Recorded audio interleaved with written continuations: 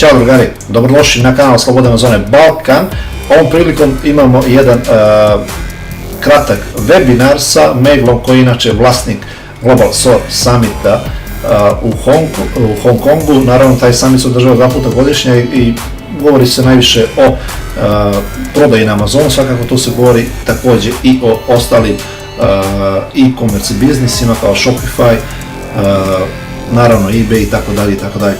Ovom prilikom govorimo nešto više o uvozu robe iz Indije i odabiru popularnih produkata za prodaju na Amazonu u USA-u. Naravno govorimo također i o sourcing agentima, transportu robe i naravno certifikatima i tako dalje i tako dalje. Sve ono što je bitno za vaše kvalitetno poslovanje na Amazonu, ukoliko se odlučite da vašu robu, naravno nakon svih ovih tarifa koje je Trump uveo Kinezima, ukoliko se odlučite da vaše produkte naravno uvozite iz Indije. Tako da uživajte.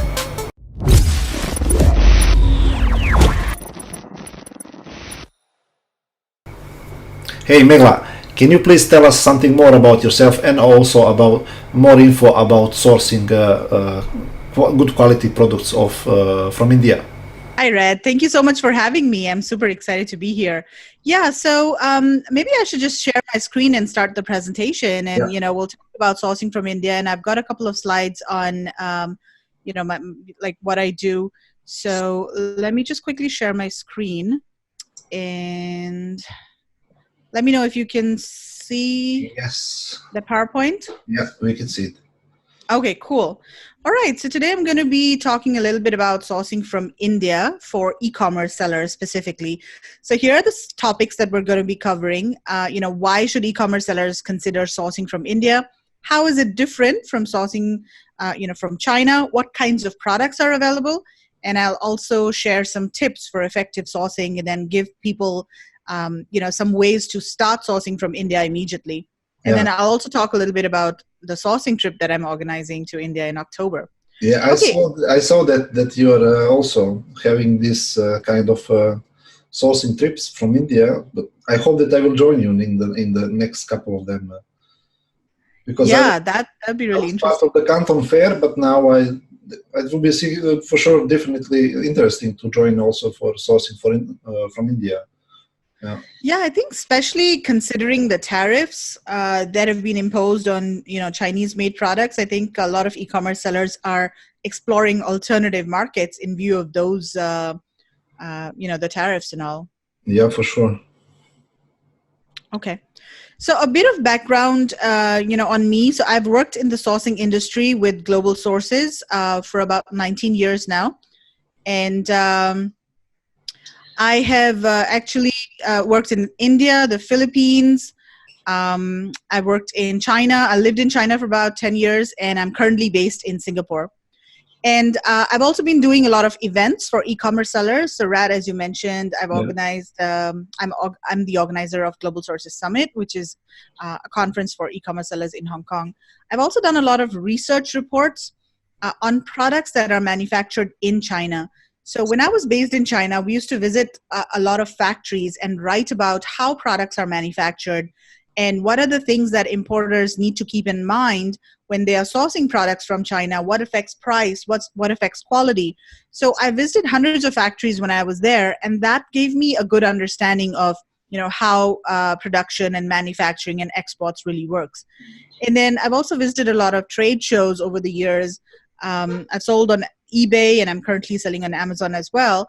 And more recently, I've started my own venture where, I'm organizing a sourcing trip to India and also a community for sellers in Asia called the Asian Seller. So here are just some photos. These are the kinds of research reports that I have written. So health and personal care was one of them, gifts and premiums from India. We covered all sorts of industries, electronics, home products, hardware. And these are some of the trade shows that I've attended recently. So this is the Global Sources trade show in Hong Kong. This is the India show. And of course, I've been on a lot of podcasts and webinars as well. So basically, I talk about sourcing. That's my specialty. Yeah. Okay. So let's get into why source from India. So one of the main advantages that e-commerce sellers have sourcing from India is that there are a lot of unique products available from India that are not available from other countries. They're usually handmade, right? Yes, so a lot of the products are handmade, and there are very specific crafts that are unique to India that you won't find in other countries. So I think that is, an advantage that e-commerce sellers will find here. And these products are, typically more higher end, they're higher quality. They can command higher prices because they're handmade. There's a higher perceived value, and there are also you'll stay under the radar of a lot of the black hatters on Amazon, because right, a lot of these black hatters, they like to go after highly competitive products like power banks or silicone spatulas or things like that. Yeah, exactly. But if you're selling these products that are more premium, they're higher priced, they're potentially higher profit margins, but they sell in lower volumes, right? They're low volume, high profit kind of products. So that isn't of interest to I think the Chinese. Most of them are from China. Less work but more profit. Yeah. Yes, exactly.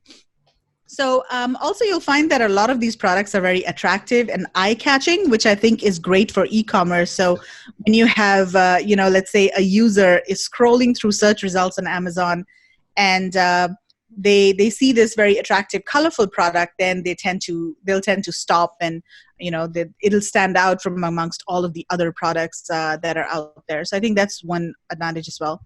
Yeah. Another advantage you'll find is that for most product categories, especially the ones that are handmade, suppliers will accept low minimum order quantities, and this is actually a big challenge for e-commerce sellers when they source from China, because in China a lot of the production is done at a very large scale.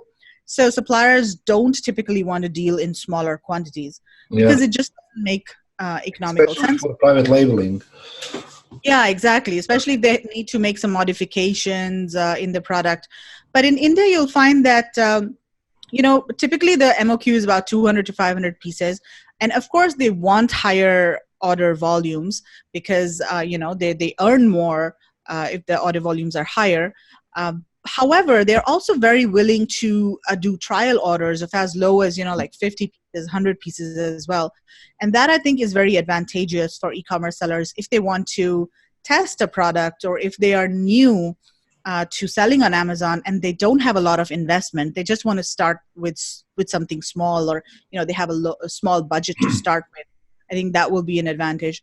Of course, this doesn't apply to products like textiles and garments, because those products typically have higher MOQs. But other, like home decor items, home furnishings, for example, those kinds of products will have low MOQs.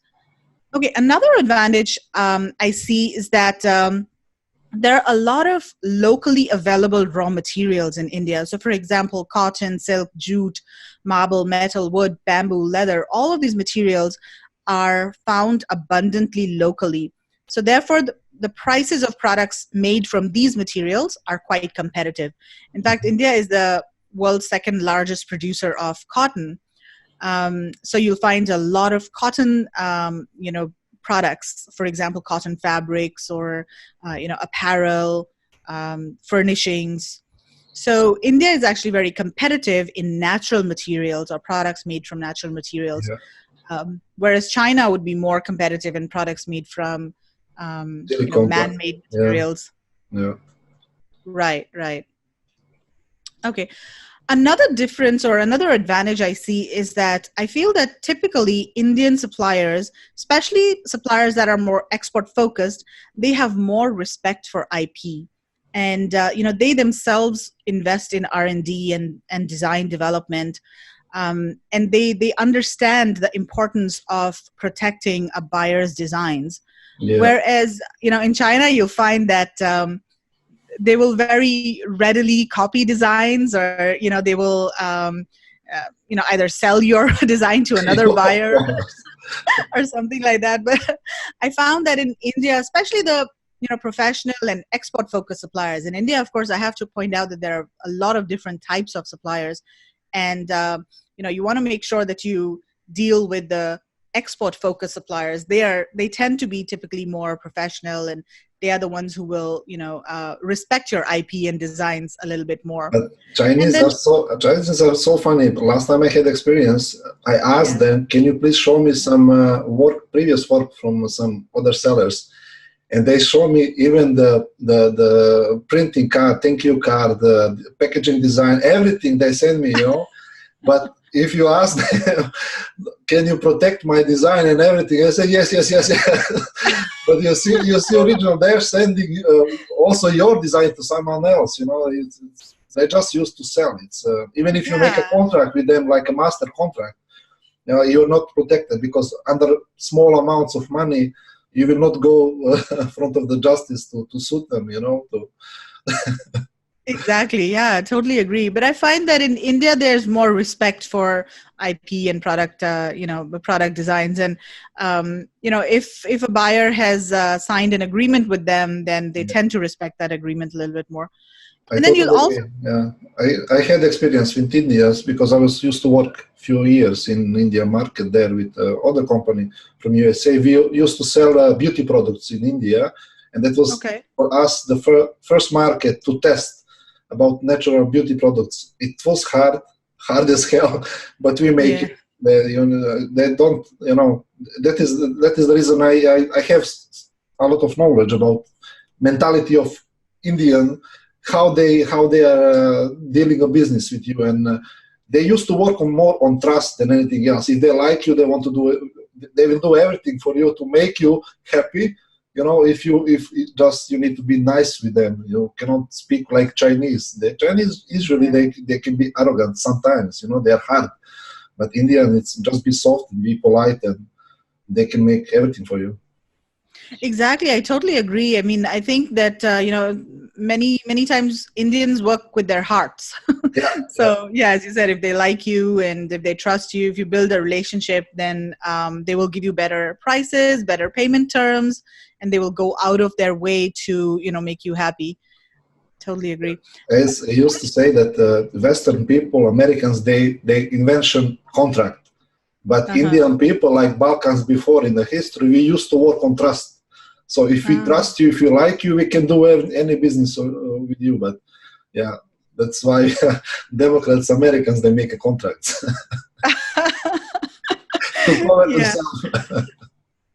That's interesting. Actually, somebody in our group, in the Facebook group, somebody said that sourcing from China is a science, but sourcing from India is an art. Yeah, exactly. Another thing you'll find is that a lot of the Indian suppliers, they don't sell directly on Amazon. So I think increasingly that's becoming a problem in China, because a lot of suppliers and third-party sellers in China, they're selling on Amazon. So sometimes you're competing with your own manufacturer when you're selling on Amazon. But I found that most of the Indian suppliers, they're currently not selling directly on Amazon. So, you'll have less competition. Also, another advantage is it's an English-speaking country. English is the second official language. So communication is smoother. There's less chance of miscommunication, when you're talking over the phone or, even via email. And then there's no need for translators when you go there, either to visit your factory or to visit a trade show. Also, all of your contracts can be in English. If you're signing a contract in China, then it needs to be bilingual. But in India, it can be in English. That's not a problem. And in fact, India has a lot of different local languages, and each language has a different script, and each state has a different language. So English is actually the language that people within India use to communicate with each other. So, have you traveled to India, right? Yeah, of course. I was there in Mumbai, and also my best friend Anup is from India. He is professional photographer. So I know a lot about India. Cool. I used to do that. I was a few times there in port in Mumbai. It's one of the biggest port I ever saw. India have also that port, and that's the major port for exporting the products, right? If you are sourcing from Delhi, then you're going straight to Mumbai, yeah? Yes, that's right. That's right. So there's the Nhava Sheva port in Mumbai. That's the largest port, and most products would go from there, especially if you're sourcing from the north or from the west, which is Mumbai. If you're sourcing from the south, then the ports are Chennai, and there's some other ports as well. I was there also in Goa and also Sri Lanka, close to this part of Indian Red Sea. Yeah.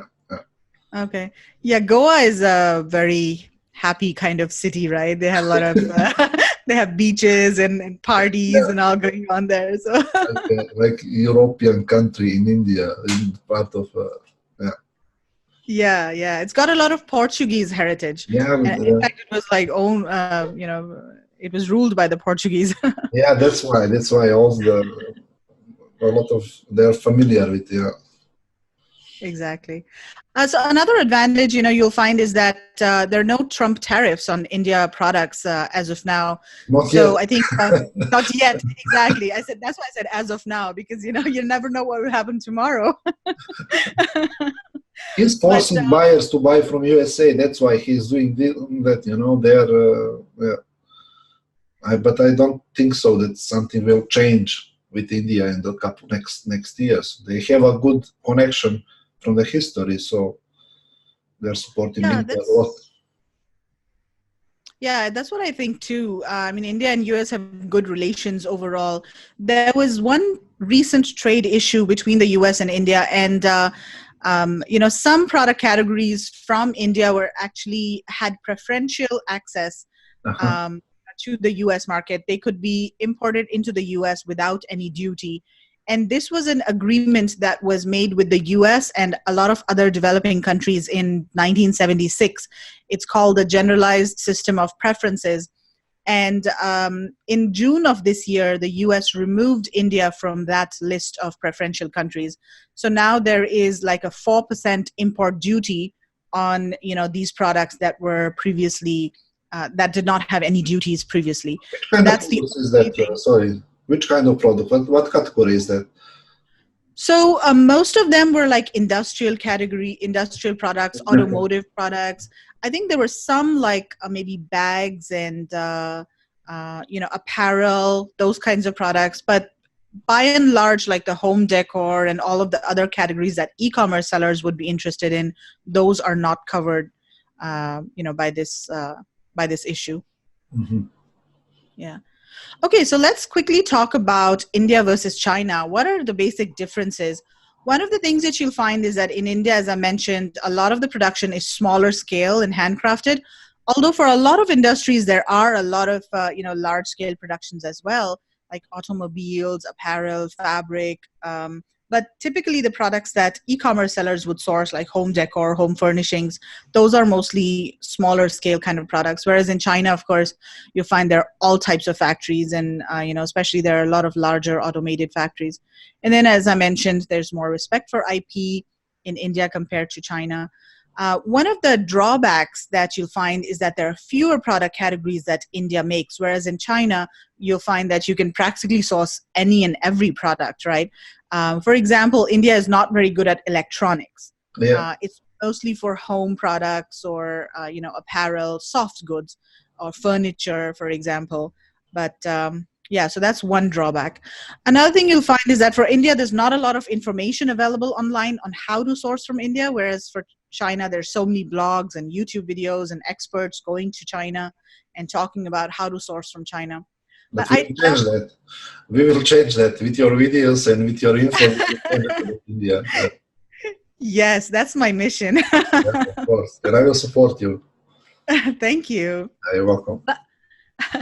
And I also think that this is an advantage for people who would be willing to make the extra effort to learn how to source from India, because the barrier to entry is much higher, right? It's easy for everyone to start sourcing from China. They can just go to Alibaba, search for a product, place an order, and it's done. Whereas in China, the learning curve is a little steeper, so there's less competition because not many people want to go through the learning process and try something new. So I feel that people who will start sourcing from India now will be at an advantage.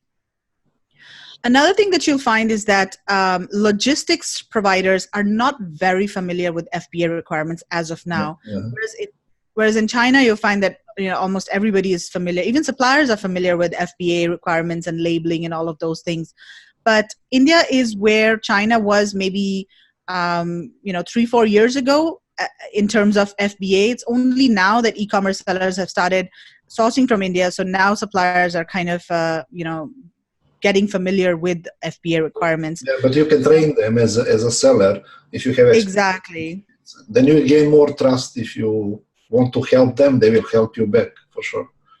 Exactly, definitely. Yeah, that's what I found too. Like there's this one seller from Australia, Margaret Jolly. She's one of the coaches on our India sourcing trip. And she's been working with this one supplier for almost 2 years, and she has trained them and she's taught them how to do the labeling and everything. And whenever she gets feedback from Amazon, she'll send the feedback to them, and then they'll improve the product based on the feedback. So yeah, you can work with the supplier as a partner. Another thing you'll find is that the infrastructure in India is not as developed, whereas China, the infrastructure, the roads, the ports, they're very efficient and very developed. So, just be aware of this, that there might be some hiccups. For example, when it rains, in the monsoon season in Mumbai, the roads get flooded and sometimes flights get delayed, or, ships are canceled or stuff like that. So you just got to make sure that you have some extra lead time incorporated into your, production cycles when you're sourcing from India. So that's something you just need to be aware of. You'll also find that in India, the labor costs are still lower, whereas in China, they are higher than India, and they are increasing. And in fact, this is one of the reasons that a lot of, retailers have been moving out of China even before the tariffs and everything happened. Especially, like apparel manufacturers, shoe manufacturers like Nike and all, they have been establishing plants in countries like Vietnam and India for quite a few number of years now. And one of the main reasons driving that change is the rising costs in China. Yeah. Another difference you find is that both countries have very large domestic markets, and they have very fast growing middle classes. However, India is relatively easier to sell to because of the language. I think there are, I say relatively easy than China, because China, you'll see that the language itself is, a huge barrier. Of course, the Indian market is not easy to sell to in terms of, there's a lot of price competition. If you sell on Amazon, there'll be a lot of returns, and, there are challenges. But in terms of, the language, I think that's one biggest advantage that you have. And there's Amazon in India too. So if you have your Amazon listings, in the US, then you can also consider selling in India. And of course, there are specific guidelines that you need to follow to open an Amazon India account. For example, you have to have a local company, you have to have a bank account, and all of those things. But once you've got those things set up, then it's a very large and fast-growing market that if you start tapping into it now, it will pay very high returns in the future. And in fact, Amazon is pumping in a ton of money in India right now, and it's trying to dominate the market. There's another marketplace in India called Flipkart that's owned by Walmart. Uh-huh. So basically, there's Amazon and Walmart that are fighting it in India. And recently I was reading that Amazon is planning to, take over another large company that has an online marketplace and also physical retail stores. So, and that deal could be worth billions of dollars. And if that pushes through, then Amazon will definitely be the market leader, in terms of online and maybe even offline retail in India. So, got to look at that aspect as well. Not only sourcing, but selling into India as well. You mentioned that India, they are not good in producing electronics, yeah. But right. That means that they are good buyers for electronics. Yes, definitely. They are good buyers for electronics. They cannot produce, they buy a lot. But also returns are also big. I hear from some of the sellers that they had issues with the returns. So you need to take care to give really quality of the product, to not have big returns. Exactly. And Indians, they like to have good deals. So you'll always have to, run special offers or discounts, or offer competitive prices. Yeah, they buy more the quality than brands. Yeah, Yeah, definitely. Yeah. Right. So this is a table of comparing production costs in China, Vietnam, and India. And this is from an article that Gary Huang wrote. Gary Huang is from this website called 80/20 Sourcing, and he's into China sourcing and all. So there was this cost comparison done by Procon Pacific. And where they said that, okay, if China is 0%, then Vietnam is minus 11% in terms of production costs, but China was minus 37% compared to China. So in terms of wages and everything else, they compared everything else, and then they thought that India was way cheaper than China. And this is for bags. Of course, it varies from product category to product category. I mean, this is just one example. Okay, so I want to talk about the types of products that can be sourced from India. So first this is the biggest category, home decor and gifts. And these are mostly, again, made from natural materials like metal, wood, ceramic, jute, cotton, glass. There are also a lot of home, kitchen, and tableware products. So you'll find like stainless steel cutlery, water bottles, cups, mugs, those kinds of things. Furniture, a lot of wooden furniture. And in fact, wooden furniture or wooden products exports from India is increasing because there's a very high tariff on wooden products from China. So I'm seeing a lot of e-commerce sellers who were sourcing wooden products from China. They are moving their wooden products to India now. So that's something to consider. Yeah. There are also a lot of furnishings and made-ups like cushion covers and rugs. Very interesting, like carpets also. There are rugs made of jute and cotton. So very interesting designs. Fashion jewelry, apparel, accessories, some footwear. And then textiles and apparel like cotton, denim is pretty big, silk and wool. Leather products is also another very fast-growing category. And in fact, there are now, bigger factories that are manufacturing leather products as well. It's not only the small or mid-sized factories. So you'll find that more suppliers are investing in expanding their production capacity and upgrading their equipment and their capabilities. So leather, again, is very fast growing from India. There's some sports equipment like cricket, tennis rackets, footballs, eco-friendly products. This is another fast growing product category. And in fact, there is now also in Amazon USA, a lot of people are searching for eco-friendly products.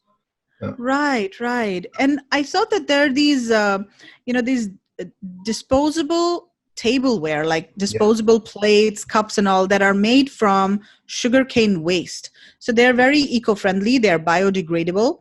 And, they're not made from any type of plastic materials. They're healthy as well. Those are really popular. In fact, there's this one factory in Delhi that we might be visiting when we go to Delhi for the India sourcing trip in October. And they have a huge factory with like 1 million units capacity per day or something like that.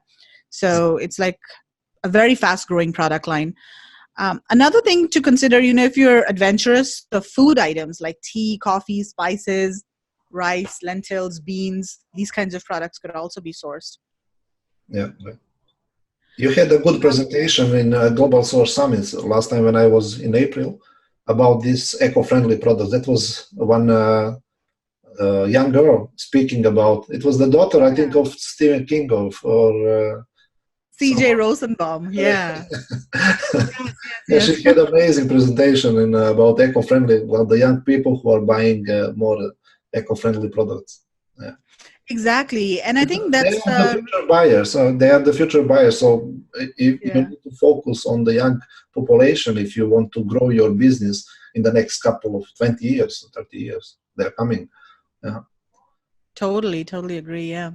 So this is just a map of the different types of fabrics that are available in India. And this is one specialty that you'll find, that each region in India has its own unique type of fabric that has, different textures, different types of embroideries, different patterns. And I think that there's huge opportunity to play with these fabrics. There's so many different products that can be made from these fabrics, like furnishings or aprons or apparel or garments or bed sheets, bed covers, table covers. So a lot can be done with these types of different types of fabrics. Okay, so I want to share a few tips for effective sourcing. So this is something that you touched upon previously, and this is just so important when you're sourcing from India. So focus on relationships. You got to build trust and build a relationship with your supplier. You will get better terms and priority treatment. Also, have a good understanding of your product so that you come across as a serious buyer. They will tend to, take you more seriously if they know that you're likely to, and you have an understanding of the product. I always say to people, explore your product. Explore. If you don't know exactly, you can go to the biggest brand on internet like North Face if you're buying a bag. And explore about material, explore about everything. They have the product details. Copy that and speak with the fabric. And then they will take you seriously. Especially about material. If you know which type of materials is better, and what can they source that for you? And they see that you are taking serious about your business, and they're willing to help. Yeah, exactly. And the other thing you can do is if you don't know anything about a product, of course, you can go to the bigger sites, but you can also go to some suppliers and ask the dumb questions or the very basic questions. And then once you have an understanding of the product, then you go to the supplier that you really want to target and that you really want to source from, and then talk, intelligent stuff with him. But I used to do it like this when I speak with people. I used to ask dumb questions, more because I want to see how they treat me, Also the fabrics, if they want to scam you, or if they want to help you, they will correct you and speak really nice with you. But if they want to screw you, that's a good also type of the tactics to see what you get, which type of fabric is that, how serious they are to give you the best service. Yeah, exactly. That's a good point as well. Also, you got to work with your supplier as a partner. I think that really works in India. Like I was telling you about this Australian seller, Amazon seller, who's sourcing from India. And she always gives feedback to the supplier. And she says that, hey, look, this is the feedback that I'm getting on Amazon, and let's try to improve the product. And they work together to do that. Don't always negotiate excessively for low prices, because the supplier needs to make a profit too. Let them do their business cut from the quality, so it's exactly they will do everything to make a deal, but you need to take care that you're not a winner if you cut the price. They cut the material. Exactly. You think that you got a good deal, but then when your customers get the product and you get a 1-star review on Amazon, like, oh my God, this is what happened. Especially if you're doing a bags, if they cut, it's like from the PVC, you have different type of material, but if they cut, that comes visible, Exactly. Yeah. And then there are other things like, if you place repeat orders with a supplier, then of course they will, trust you more and give you better payment terms, make your payments on time, and, visit the factory. I think that just this face-to-face interaction is so important, whether you visit them, at a trade show or you visit their factory. Once you have that face-to-face interaction, then it's just so much more easier to work things out and, understand each other better. And this is, I think, applicable for any business dealing, right? It's just, it builds a better relationship when you talk to a business partner face-to-face. Also, little things like, wish them on festivals and ask about their families and just kind of build a rapport with the suppliers, and that will help you in the long term. Of course. Also note that hierarchy is important in Indian culture. So usually, decisions are made at the highest level, either by the owner or, by a manager if they have been given the authority. So if there are important decisions to be made, for example, if you want price, if you want to negotiate the price or anything like that, then always talk to the owner of the factory. Also, face-to-face introductions are done according to rank. So if you're introduced to a group of people, then they will usually introduce the most senior person to you first, or they will, either by rank or by age. So just keep that in mind as well. They also like to respect, the respect our elders. Also, you got to be respectful when you're sourcing or when you're dealing with Indians, because similar to China, they also have the concept of losing face. So you don't want to, criticize anyone publicly. You want to criticize in private and praise in public. That's the kind of attitude that you want to have. Of course. Yeah. Another thing you'll find, and this is the challenge, is that suppliers don't like to say no. And this happens in China as well.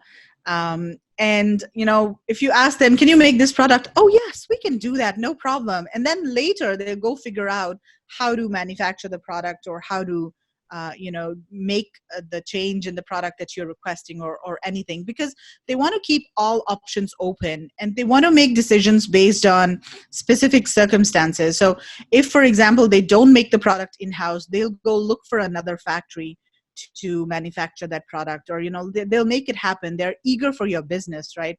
So one of the things that people should do is ask very specific questions. For example, if you want to order a certain quantity and you're not sure if the supplier has the capacity to manufacture that much, don't just ask, oh, can you give me 5,000 pieces? Just ask, what kind of machines do you have? What kind of setup do you have? How much can that one machine produce in a day? How many workers do you have?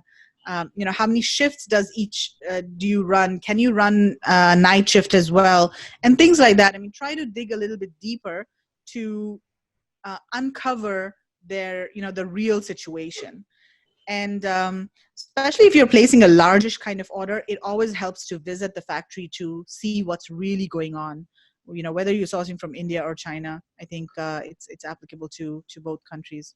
It's also good for the people who don't understand the culture of India, and that when they say yes, like if you do like this with the hand, that can mean also no. If they do like this, that means yes, but in Europe means no, for me it was difficult at the beginning to understand also. But my girlfriend is from Bulgaria, and they used to say this, to do the same. If they do like this, that means yes. Yeah, interestingly, it's different between different regions. So what you said right now is mostly for south of India. South of India, yeah, exactly. South India, they have this like handshake like this.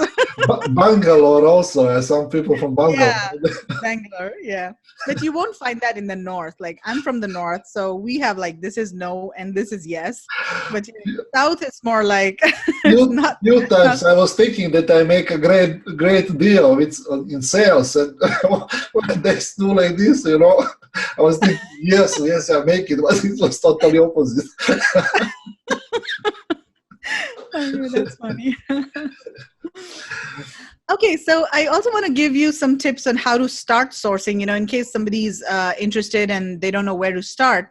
So here are actually some ideas. So first of all, you can search for suppliers on Alibaba, Global Sources, or IndiaMart. These are the three main websites. There's also a couple more like Exporters India and all of those, but these are the three main websites. Now note that for Alibaba and Global Sources, most of the suppliers are from China, but you can use a supplier location filter to search for India suppliers. They do have some India suppliers, but of course, not as many as the Chinese suppliers. But the good thing is that all of the suppliers, or most of the suppliers on Alibaba and Global Sources, are export focused. Yeah. So they will understand the requirements for importing countries. Whereas IndiaMart is a local supply directory, and a lot of the suppliers there are actually also selling into the domestic market. And you'll find that there are a lot of wholesalers and trading companies and importers, and it's very difficult to find actual exporters on IndiaMart. Yeah. And in fact, I was recently talking to somebody on from IndiaMart and asking them, why don't you have more exporters? it's because they are trying to focus more on the domestic market. So, you know, that's just something to keep in mind, but they do have a large database. And if you are patient and if you can do a little bit of vetting, you will be able to find some good exporters on Indian market as well. And then, you know, these are some sourcing agents. These are vetted sourcing agents. These are people who are coming with us on the India sourcing trip. In case anyone's interested, you know, you can reach out to these people. They are based in India. I have spoken to each person. I know them personally, and you know, they understand FBA requirements as well. For example, this logistics company, Sea Air Online, they are now very familiar with FBA requirements. They also have a warehouse in the US. So in case you want to split your shipments to different Amazon, you know, warehouses, they can do that as well. That's good. Also, here are some resources in case people want to, you know, get more information. So there's a free ebook that people can download at this link. And I also have a group for people who are interested in India sourcing. You can join that group as well. I will put this link in the description. People can find it below in the description on YouTube. Okay, cool. So I just want to spend a couple of minutes talking about India sourcing trip in case anyone's interested in attending.